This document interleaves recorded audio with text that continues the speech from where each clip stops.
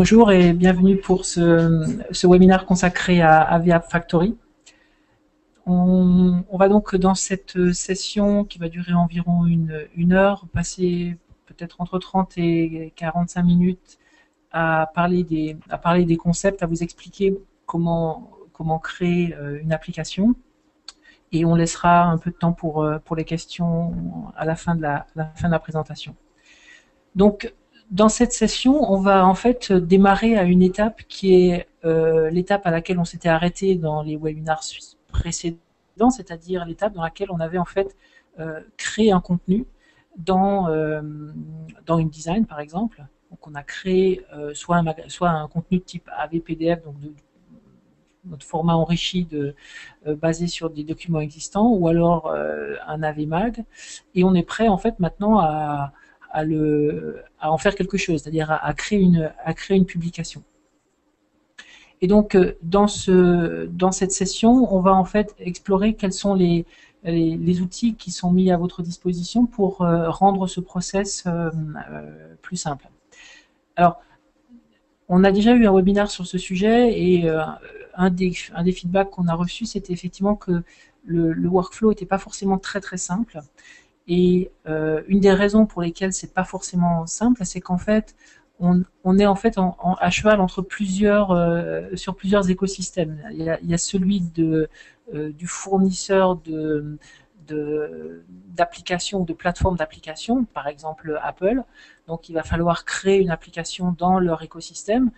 Et puis il y a l'écosystème AV Publishing, c'est-à-dire celui qui gère le contenu, qui va faire le lien entre un contenu, la possibilité de faire des achats, et qui doit évidemment avoir créé des liens avec l'écosystème Apple. Et donc c'est ça que je vais essayer d'expliquer pendant ce séminaire en vous montrant quelques exemples. Alors pour rendre les choses assez claires, enfin j'espère, j'ai en fait essayé de distinguer quelles allaient être les différentes étapes, et j'ai dans ce document qui doit s'afficher à l'écran séparé en fait la partie de la plateforme d'application. J'ai pris iTunes parce que c'est dans 90% des cas vous allez probablement pouvoir publier sur iPad ou iPhone, et c'est facile d'extrapoler ensuite sur les autres plateformes, et ensuite distinguer donc ce qui se passe chez iTunes, chez Apple, et distinguer ce qui va se passer chez AV Publishing. Donc prenons les étapes les unes après les autres. La première étape, évidemment, c'est dans le processus de création d'application, c'est de créer un compte développeur Apple. C'est une étape qui est importante et qu'il ne faut pas sous-estimer parce que ça peut prendre du temps. Voilà, donc on va supposer donc qu'on a un compte Apple, et on va donc pouvoir se connecter sur la plateforme qui s'appelle iTunes Connect, qui permet de déclarer des nouvelles applications et de les soumettre sur l'App Store. Et donc dans cette deuxième étape, on va créer une application sur iTunes Connect.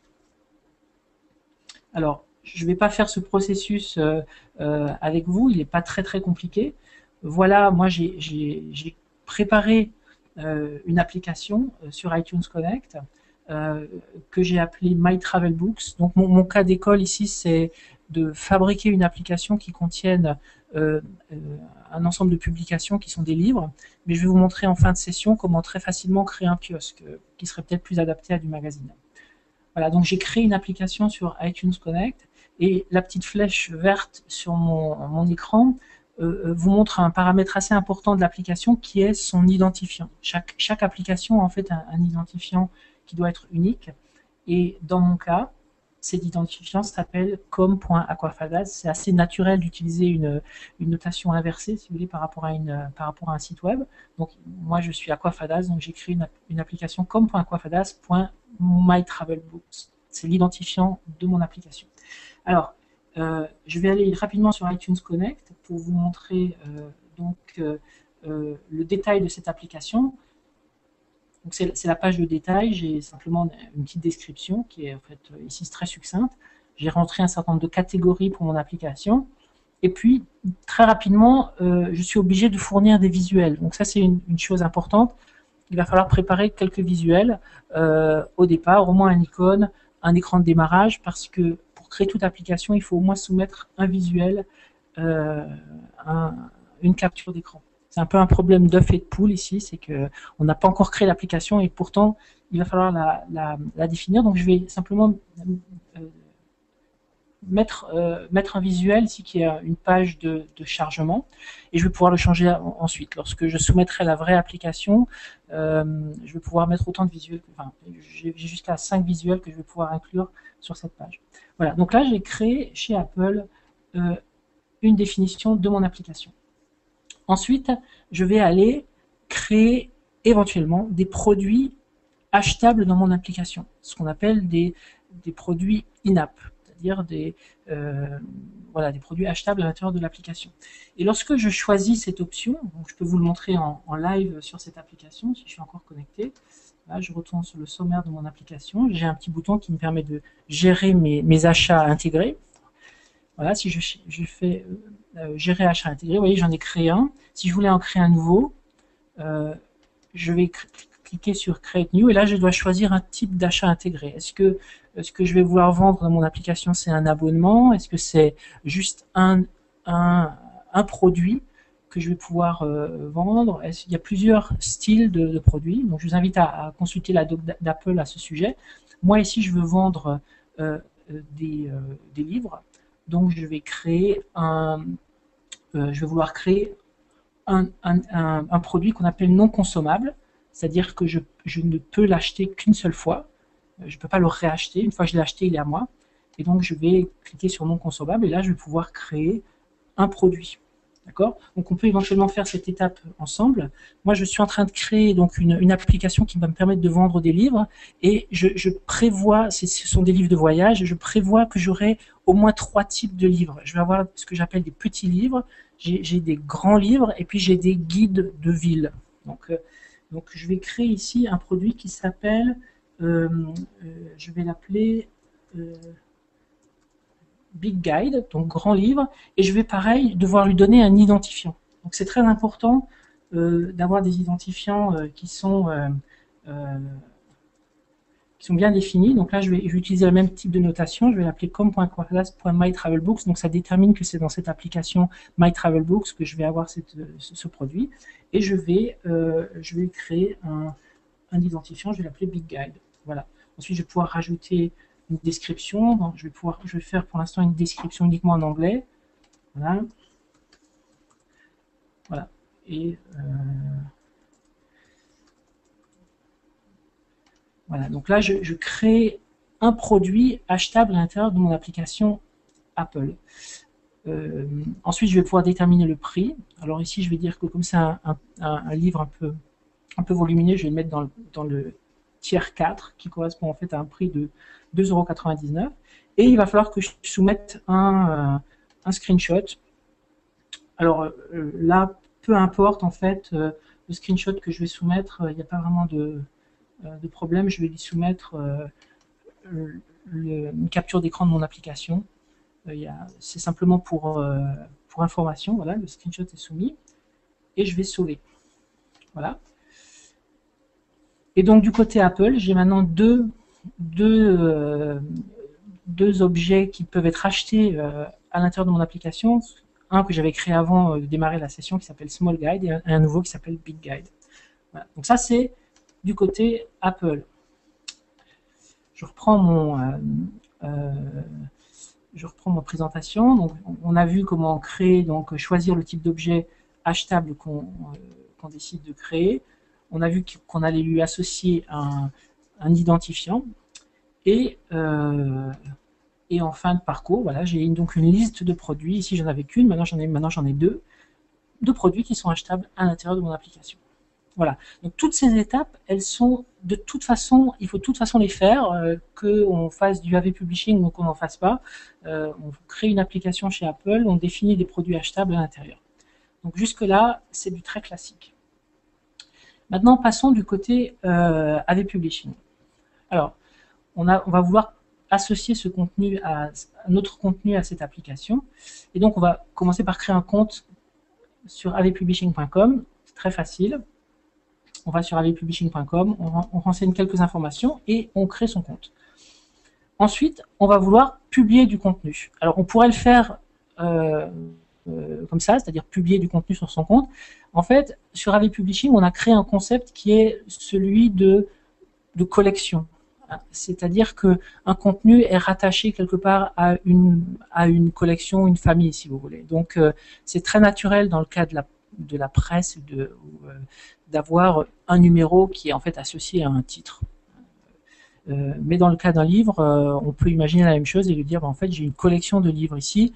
Je suis en train de travailler sur mes livres de voyage. Peut-être qu'un jour, je ferai une collection de romans. Donc, je vais créer une collection de livres de voyage. Donc, il y a ce concept de collection. Alors, je vais aller maintenant dans AV Publishing. Je vais me connecter parce que j'ai créé un compte. Alors.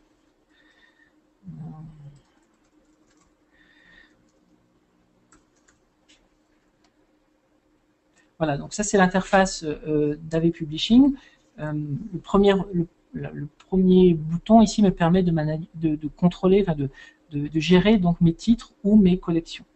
Et vous voyez que j'ai préparé déjà un titre, une collection qui s'appelle My Travel Books. Pareil, je suis obligé de lui donner un certain nombre d'identifiants. Je vais pouvoir lui donner un certain nombre d'informations, de langage, etc. Des métadonnées, un petit icône pour qu'elle s'affiche de façon sympathique dans mon interface. Et puis, j'ai la possibilité de décrire le type de contenu que je vais trouver dans cette collection. Et vous voyez qu'ici, j'ai un petit bouton en fait qui me permet de rajouter un type de contenu. C'est simplement de dire dans ma collection, est-ce que tout ce que je vais publier a la même valeur en fait? Est-ce que c'est tous les livres sont pareils? Est-ce que tous les magazines sont pareils? Tous les numéros de magazines sont pareils? Ben, dans mon cas, non, parce que j'ai décidé d'avoir une collection qui contient des petits guides, des grands guides et des guides de ville. Et donc, vous voyez que j'ai créé, en fait, en plus du type défaut qui existe lorsque je crée une collection, j'ai créé 3 autres types de contenus: Small Guide, Big Guide et City Guide. Donc, j'ai fait ce travail préparatoire tout à l'heure. Et donc, ma collection définit maintenant ces 3 contenus. Voilà. Donc ça, c'est l'étape création de la collection. Et à partir de là, je vais pouvoir publier du nouveau contenu dans ma collection, simplement en allant sur l'onglet Publier. Voilà, donc cet onglet me permet de choisir dans quelle collection je veux publier. Ici, j'en ai qu'une, donc je vais choisir cette collection-là. Et vous voyez que j'ai un formulaire qui apparaît, qui me permet de décrire une nouvelle publication. Donc, ce que je vais faire, c'est que je vais en créer une nouvelle en mode démo. Donc, je vais publier un deuxième livre. Vous voyez, j'en ai déjà rentré un qui est un guide sur le Pérou. Là, je vais rentrer un nouveau guide qui va être un guide du désert de l'Atacama. Donc, je vais pouvoir rentrer un nom, je vais pouvoir rentrer une description, et c'est ce petit choix, enfin, c'est ce sélecteur de type de contenu qui va me permettre de dire est-ce que ce guide de l'Atacama est un petit guide, un grand guide ou un guide de ville. Là, je vais décider de dire qu'il s'agit d'un grand guide. Voilà. Donc, si vous voulez différencier des contenus à l'intérieur de vos collections, il suffit de rajouter des types de types d'issue, donc type de publication, et chacun pourra ensuite être relié à un prix différent. Donc je vais dire que c'est, j'ai un certain nombre de métadonnées, je vais dire que c'est voilà, c'est le numéro 1. Je vais pouvoir rentrer un certain nombre d'informations. Voilà, je peux rentrer des informations sous forme de gros titres qui seront ensuite utilisés dans des recherches, qui pourront être utilisés pour faire du référencement, etc. Voilà, donc je rentre quelques informations.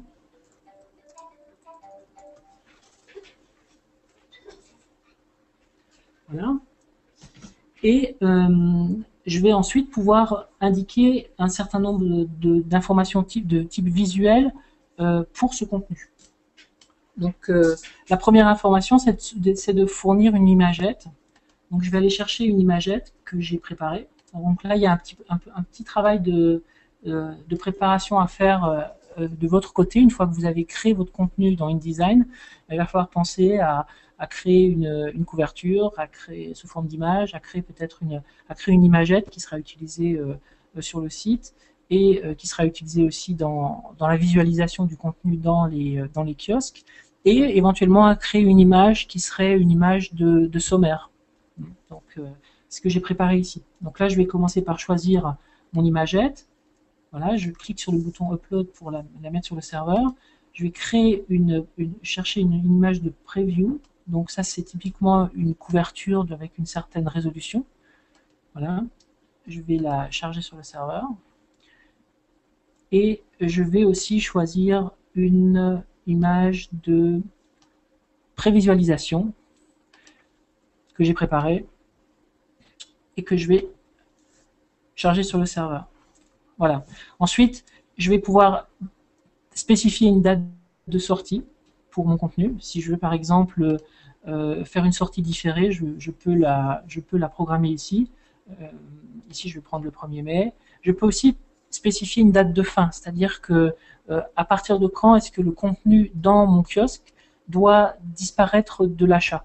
Donc, il sera toujours disponible dans ma bibliothèque si je l'ai acheté, ad vitam aeternam. Par contre, il ne sera pas forcément achetable. Donc ça, c'est un concept qui peut être intéressant pour certains magazines, par exemple, où les droits photographiques sont négociés pendant une durée restreinte, 1 mois ou 2, et où le magazine ensuite ne peut plus être vendu, mis à la vente. Il suffit de déterminer une date de fin et il disparaîtra des kiosques. Donc là, je ne vais pas le spécifier, je vais simplement... voilà. J'ai rentré toutes les informations importantes. Maintenant, il va falloir que je dise où est mon contenu. Donc, mon contenu, si vous vous rappelez du principe de fonctionnement d'AV Publishing, c'est qu'on n'héberge pas de contenu. Donc, le contenu, il est sur votre serveur. Donc, je vais rentrer une adresse qui correspond à la localisation de mon contenu sur le serveur. Et ensuite, je vais aller rajouter un petit fichier qui décrit mon contenu. Alors, ce fichier, en fait, est créé dans InDesign lorsque vous faites un export en fin d'édition, lorsque vous fabriquez le fichier final. Il va en fait sauver 2 fichiers, le fichier AVE, qui est le fichier volumineux, qui contient tout le contenu, les pages, les enrichissements, etc. Et puis un tout petit fichier qui est sauvé à côté, normalement, et qui s'appelle le manifeste et qui décrit en fait votre contenu. Et c'est ce manifeste que je vais aller chercher maintenant. Donc moi j'en ai préparé un. Alors, est-ce qu'il est?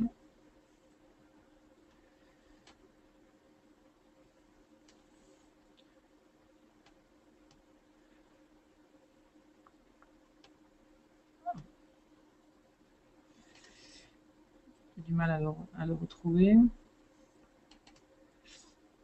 Voilà.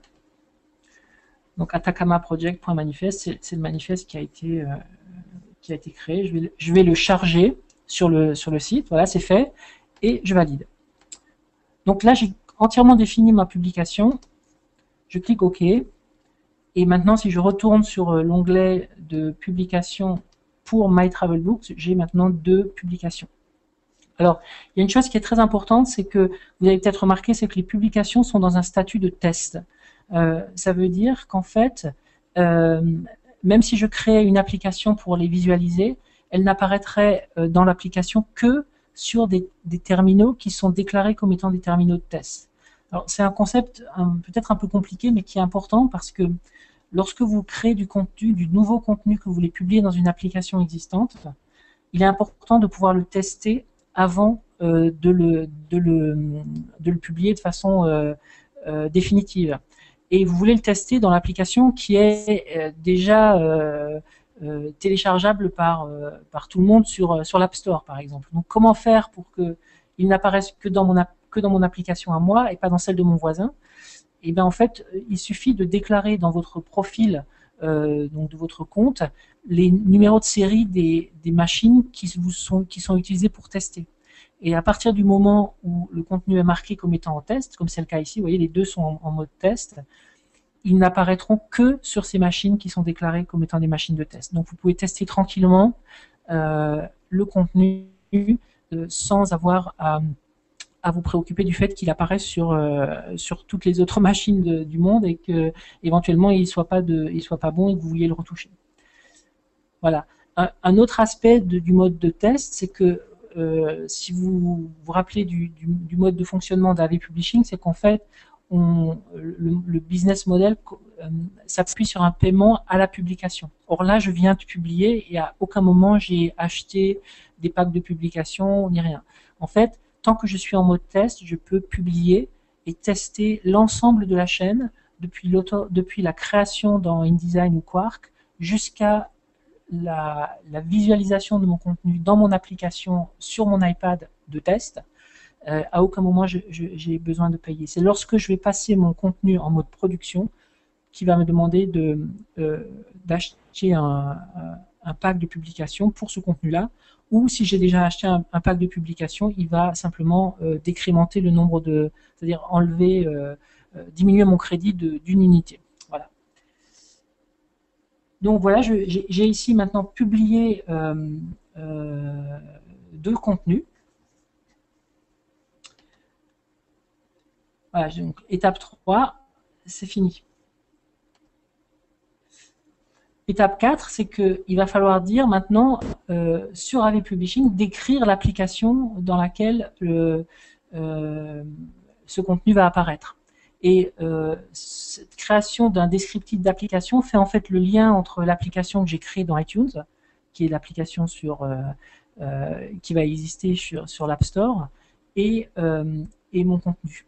De la même manière, cette même descriptif d'application que je vais créer au point 4 va aussi être utilisé pour décrire l'application qui existera peut-être plus tard sur Android. Donc je vais revenir sur cette partie-là. Voilà, donc si je vais dans l'application, je ne vais pas faire l'étape, je l'ai déjà faite tout à l'heure.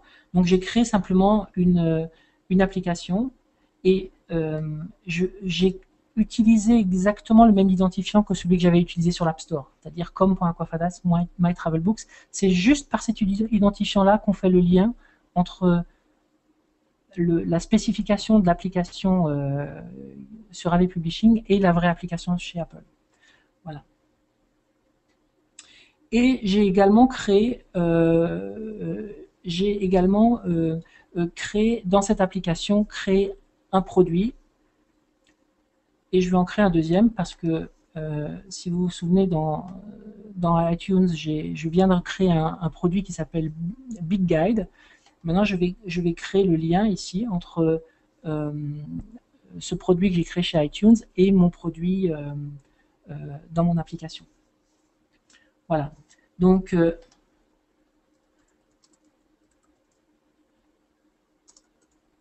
je vais rentrer simplement un nom. Donc là, je vais créer un produit, c'est-à-dire quelque chose qui peut être acheté, et je vais simplement dire ce produit-là correspond en fait au produit Apple que je viens de créer tout à l'heure avec vous sur iTunes Connect. Voilà. Ce produit donc sera utilisé lorsque quelqu'un voudra acheter un Big Guide. Le produit n'est pas gratuit, c'est cette case que je cocherais si je voulais faire un produit gratuit. Et je vais maintenant simplement utiliser, alors si je retourne dans mes, voilà, je vais simplement utiliser ce même identifiant ici, que j'avais créé tout à l'heure, pour identifier mon produit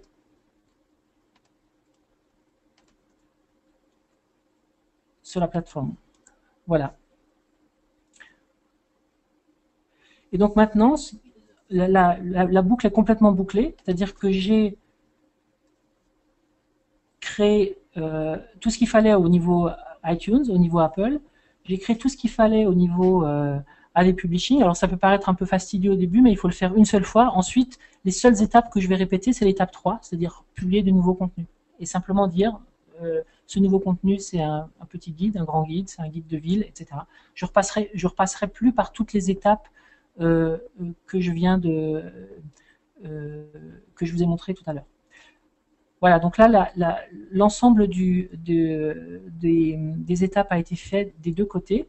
Et je peux maintenant enfin utiliser App Factory pour créer mon application. Donc je vais lancer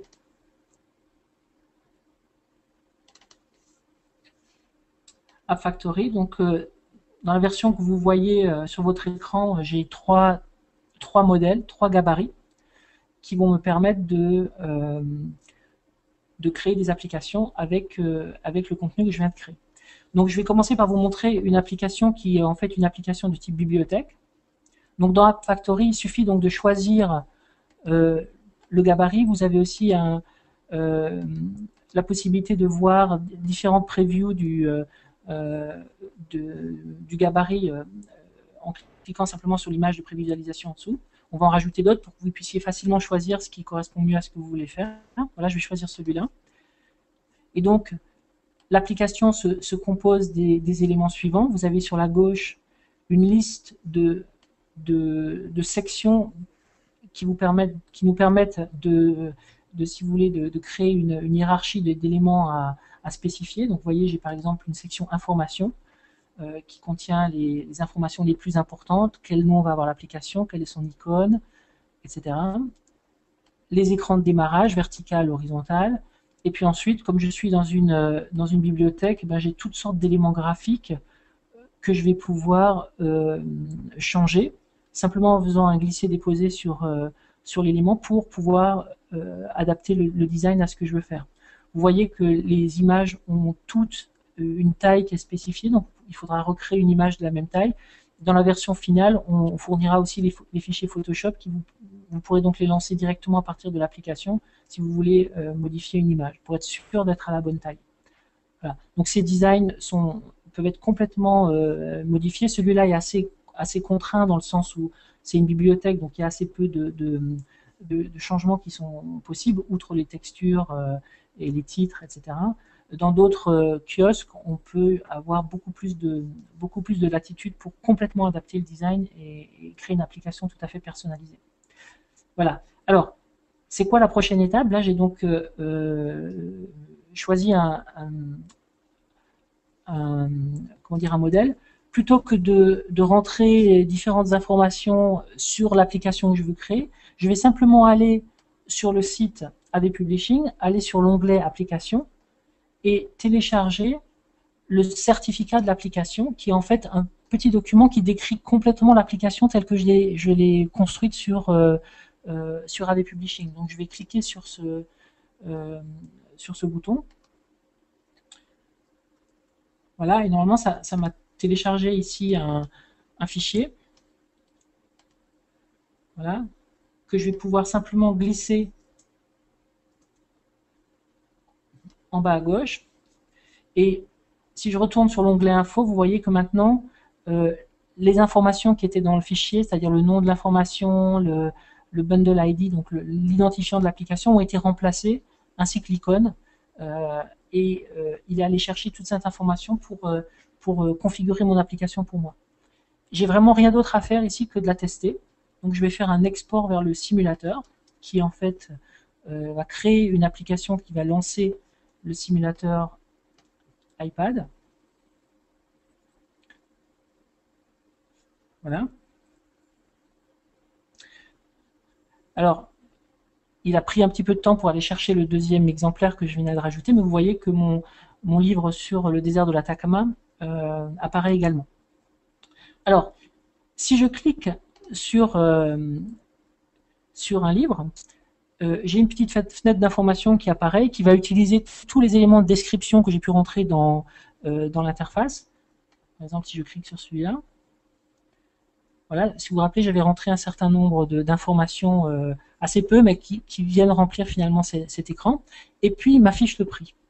Alors là, j'ai un problème parce que le prix que j'ai spécifié ici, que j'ai spécifié sur l'App Store, si vous vous souvenez, c'était un prix de 2,99 €. Et en fait, il m'affiche 12,50 €. Donc, ce qui se passe, c'est que c'est en fait un problème qui n'apparaît que sur le simulateur, puisque le simulateur de l'iPad est incapable de parler à iTunes. Et donc, il faut vraiment faire le test sur un véritable device pour voir le vrai prix qui s'affiche. Vous voyez, si je clique sur Pérou, je vais avoir exactement le même prix qui s'affiche. Et j'ai tout à l'heure fait une capture d'écran de mon iPad et j'ai bien le bon prix qui s'affichera sur le device. Donc vous étonnez pas si vous avez un prix qui paraît faux sur le simulateur, c'est juste une propriété du simulateur. Voilà. Donc très facilement, je peux créer une application. Je vais retourner dans App Factory cette fois-ci et je vais choisir un autre modèle qui est ici un kiosque. Alors il y a beaucoup plus de réglages possibles. Donc j'ai les traditionnels écrans de démarrage et de fin, et pardon, démarrage horizontal vertical. J'ai différents éléments graphiques qui sont utilisés pour faire les achats, pour configurer l'interface. Donc tous ces éléments peuvent être remplacés très facilement en créant des éléments graphiques et en changeant les couleurs, par exemple. Ce que je vais faire, c'est que je vais simplement reprendre le même certificat que j'avais téléchargé tout à l'heure et je le glisse dedans. Et je vais relancer mon simulateur, cette fois-ci avec voilà, avec ce gabarit d'application. Vous voyez que je me retrouve dans une application complètement différente, qui est dans ce cas-là plutôt adaptée à faire de la publication de magazines, puisque j'ai une notion de kiosque, j'ai une notion d'anciens numéros, je peux parcourir par année. Alors ici, j'ai que 2011, mais si j'avais publié des numéros en 2010, j'aurais un onglet 2010 qui se serait ouvert, je pourrais parcourir par année. J'ai une bibliothèque qui contient tous mes achats, mais j'ai pas fait d'achat pour l'instant. Voilà. Donc vous voyez, très simplement, vous pouvez complètement configurer une application à partir d'App Factory. Alors, cette application, par exemple, va me permettre, évidemment, je vais pouvoir changer toutes ces images. Vous voyez, par exemple, ici, j'ai des boutons d'information sur lesquels je vais pouvoir, le bouton d'information qui est en haut à droite, qui fait apparaître un site web, je vais pouvoir le configurer pour qu'il ouvre mon site, ou qu'il ouvre une page spécifique en mode portrait, éventuellement même une page différente en mode paysage. Donc tous ces champs peuvent être configurés pour que vous puissiez fabriquer l'application qui vous convient et qui vous correspond. Alors, les applications contiennent un certain nombre de fonctionnalités par défaut qui sont disponibles, notamment le fait de pouvoir gérer des notes et des marque-pages à l'intérieur de vos numéros. Donc les liseuses permettent de poser des marque-pages. Vous avez aussi un certain nombre de réglages qui correspondent par exemple à la gestion de l'occupation mémoire sur votre iPad de l'application. Vous pouvez la configurer pour qu'elle par exemple supprimer certains numéros lorsque vous les avez lus. Et il y a toute une série de choses qui vont être gérées directement par le serveur pour vous, sans que vous ayez à vous en occuper. Par exemple, lorsque un de vos clients fera un achat, le serveur enregistrera cet achat, de telle sorte que même s'il effaçait l'application et qu'il la réinstallait, il pourrait récupérer l'ensemble des achats qu'il a fait à l'intérieur de l'application. De même, lorsque je crée des produits sur AV Publishing, je peux aussi créer des produits de type abonnement et on s'interface totalement avec le nouveau système d'abonnement qu'a introduit Apple, de telle sorte que si vous faites par exemple du magazine, vous pouvez créer des abonnements qui se renouvellent de façon automatique et l'application affichera automatiquement un bouton abonnez-vous si un abonnement est disponible. Donc toute une série de choses qui sont en général assez compliquées à faire sont en fait prises en charge par la plateforme pour que la création d'applications soit la plus simple possible. Voilà, je pense que je vais m'arrêter là. Je vais simplement revenir sur cette sur cette page récapitulative pour vous rappeler les étapes. Donc le workflow total, c'est à la fin de mon édition dans InDesign ou Quark, je vais exporter un fichier AVE et exporter son manifeste, qui est le fichier qui le décrit. Et ensuite, je vais, pour créer une application, devoir faire un certain nombre d'étapes du côté Apple, écosystème App Store, créer un compte développeur, créer une application sur iTunes Connect, définir les produits achetables à l'intérieur de l'application. Et ensuite, sur AV Publishing, créer un compte éditeur, créer une collection qui va me permettre de regrouper mes publications, publier mes contenus. Donc ça, je peux commencer à charger ma collection avec du contenu, même avant de créer l'application. Je vais ensuite créer un descriptif d'application qui va être complètement lié à l'application que j'ai créée sur l'App Store. Et je vais créer à l'intérieur de ce descriptif d'application des produits qui seront liés aux produits achetables que j'ai définis chez Apple. Voilà. J'espère que ça a un peu clarifié les différentes étapes de création des contenus. Alors, en termes d'agenda pour la sortie d'App Factory, le choix que nous avons fait, c'est de faire une sortie en version bêta privée, donc à l'ensemble des gens qui sont inscrits sur notre programme de pré-release le 24 mai, donc c'est mardi prochain, je crois, et une version publique une ou 2 semaines plus tard. Mais vous pourrez dès la semaine prochaine pouvoir utiliser ce produit pour créer vos premières applications. Voilà, merci beaucoup pour votre attention. Je vous invite à nous laisser des messages sur publishing@aquafadas.com si vous avez des questions complémentaires ou vous voulez vous avez des projets particuliers ou des cas d'utilisation qui sortent un peu du cadre, puisque ça arrive très souvent, pour qu'on puisse répondre de façon efficace. N'hésitez pas aussi à nous envoyer vos commentaires et votre feedback sur l'utilisation des outils, les problèmes éventuels que vous pouvez rencontrer, les choses que vous souhaiteriez voir changer, différentes ou améliorer. Nous essayons d'être vraiment à l'écoute et d'être réactifs à tous ces commentaires et à tous ces retours terrain. Voilà, je vous remercie, je vous souhaite une